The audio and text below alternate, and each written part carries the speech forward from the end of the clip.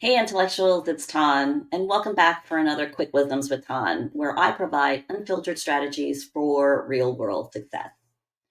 Let me start off with a quote that I love from Blaise Pascal that states all of humanity's problems stem from a man's inability to sit quietly in a room alone.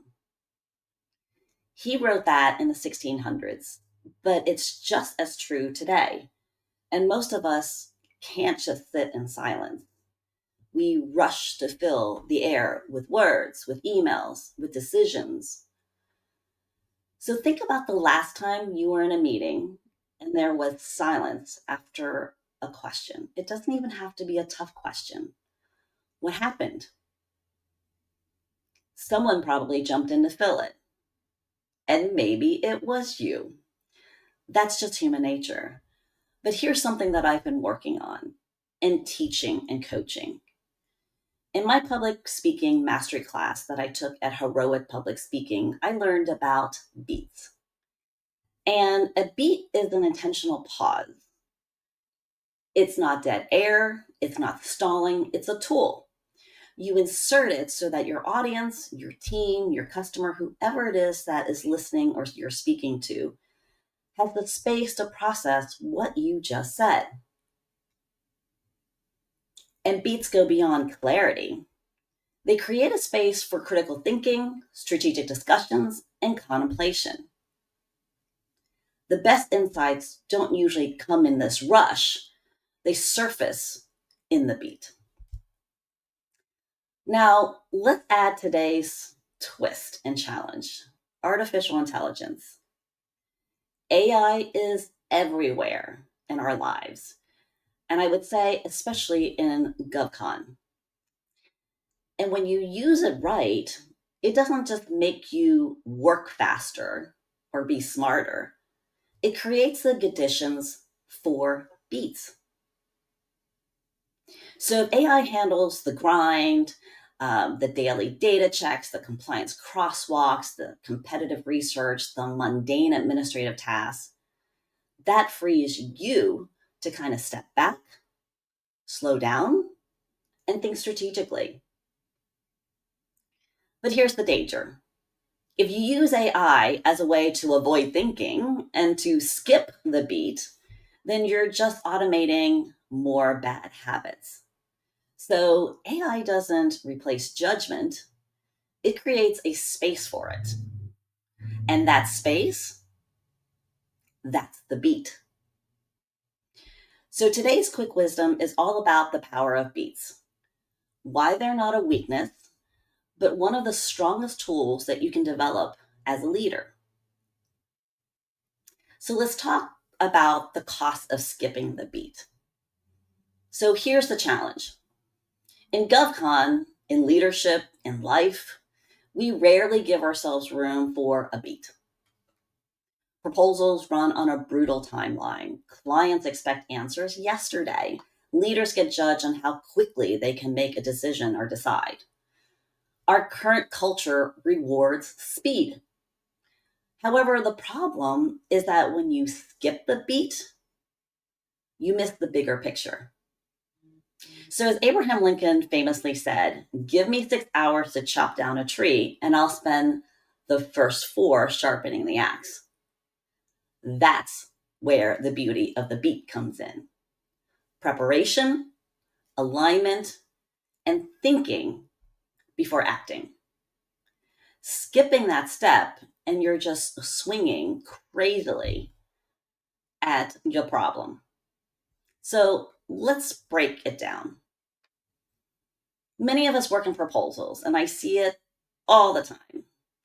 The solicitation drops, the writing team jumps straight into writing, the proposal team jumps straight into shredding, the pricing team, so on and so forth. Fingers start hitting the keyboard, emails start getting sent, but before the team has even had a chance to truly digest what the government is asking for. But when you skip the beat up front, the beat to process the requirements, talk through the approach, or even decide on how to align your strategy, the whole team ends up moving in all of these different directions. The writers are producing content that can be very disconnected. Key points get missed, and then your story isn't cohesive.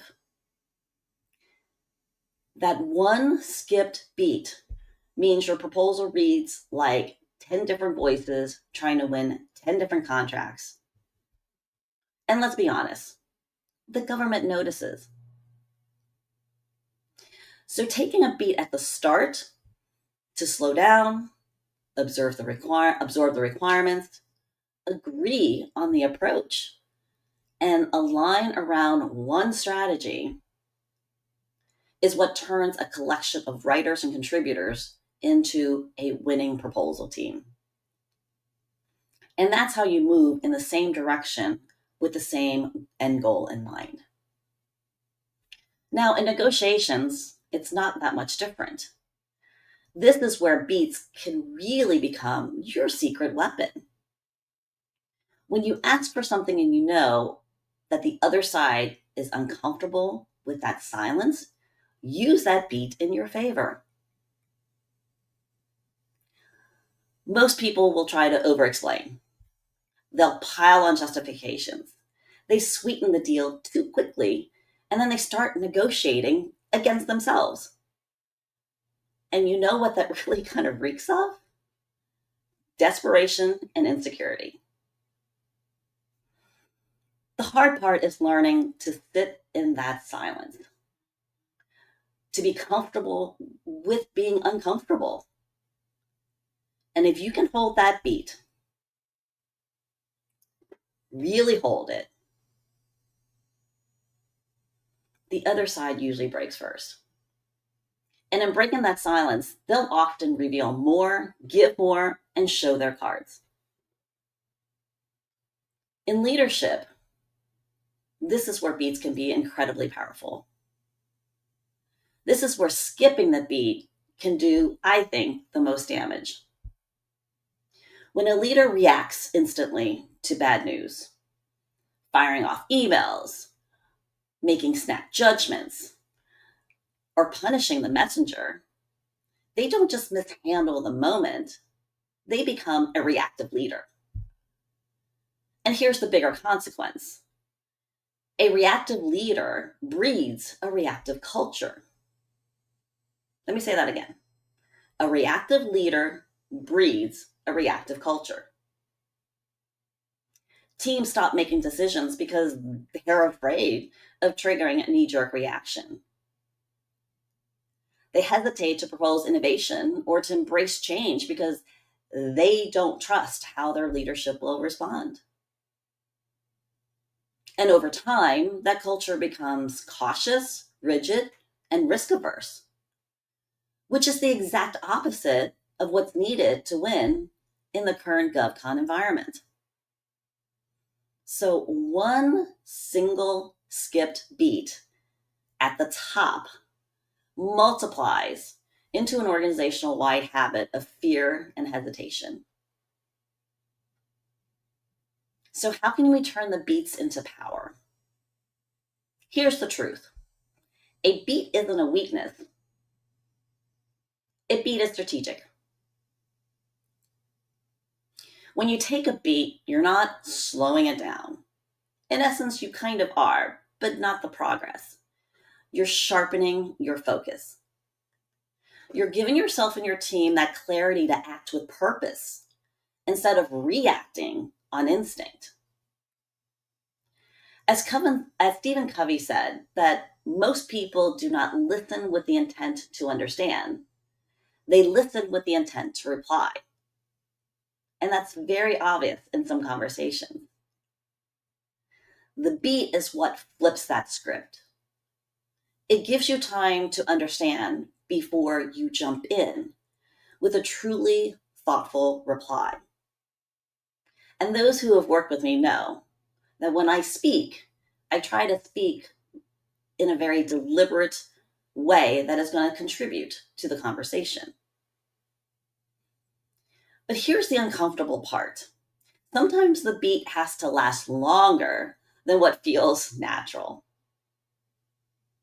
A quick pause might buy you a second of clarity, but there are times when you need to let the sentence kind of hang long enough for the room to not only breathe, long enough for the other side to reveal something, but also long enough for your team to actually process. The key is beats are deliberate. They're not passive, but you have to read the room, read the situation, and choose the right length of the beat. Too short and it's a hiccup. Too long and you risk losing momentum. But the right beat, that's the power, where the power lives. Now, I'll be honest, this isn't easy.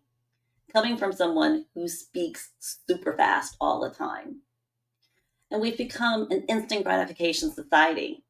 We want answers now, results now, feedback now, which means practicing beats will feel very unnatural at first. It takes discipline to resist the urge to rush. I struggle with it every day. And this isn't something that you wake up the next day and you're a master at it. It's something that you have to work on every single day. In meetings, in negotiations, in proposals, even at home with your family. You practice the beat until it becomes just second nature. So here's how you can start building beats into your work and your life. In proposals, before anyone writes a single word, build in a beat to digest the requirement. Set that expectation. Align on your strategy and agree on the story that you're telling. Give a beat to collect and determine where your risk and where your questions are. That beat is what transforms disconnected sections and proposals into a winning, unified response. In negotiations, make that beat your ally. It's my favorite approach. Ask, then stop talking. Use that silence in your favor, especially if you know the other side is uncomfortable with it. The more they rush to fill that space, the more leverage you gain and the more information you're able to obtain from them. In leadership, when challenges arise, we have to resist the urge to react impulsively, to react immediately. Take that beat. Not every question, not every email, not every text message requires an immediate response. Gather your facts, get perspective, and then respond. This one shift takes you being from a reactive leader to being a deliberate and a trusted one. And our culture will follow your lead. In life, whether it's an argument with your spouse or your child, a major purchase, or even a career move, a beat creates perspective. It gives you time for critical thinking, for strategic decisions, and for contemplation. And often, the beat saves you from regrets you didn't need to have. So here's my challenge for our intellectuals. Identify that one moment where you would normally rush, whether it's on a proposal, a meeting, or even at home. Instead, take that beat. Hold and honor that silence, even if it feels uncomfortable. But read the room and see what shifts. Because in a world that is obsessed with speed and instant gratification, it's the leaders who master the beats, who practice it daily, who stand out as not only being confident, deliberate, but strategic. Remember, a beat is not hesitation. A beat can be your superpower. So thank you, intellectuals, for joining me here today for another Quick Wisdoms with Tan. And remember, you have to think big to win big. Be an intellectual. Until next time, keep pushing the boundaries of possibilities.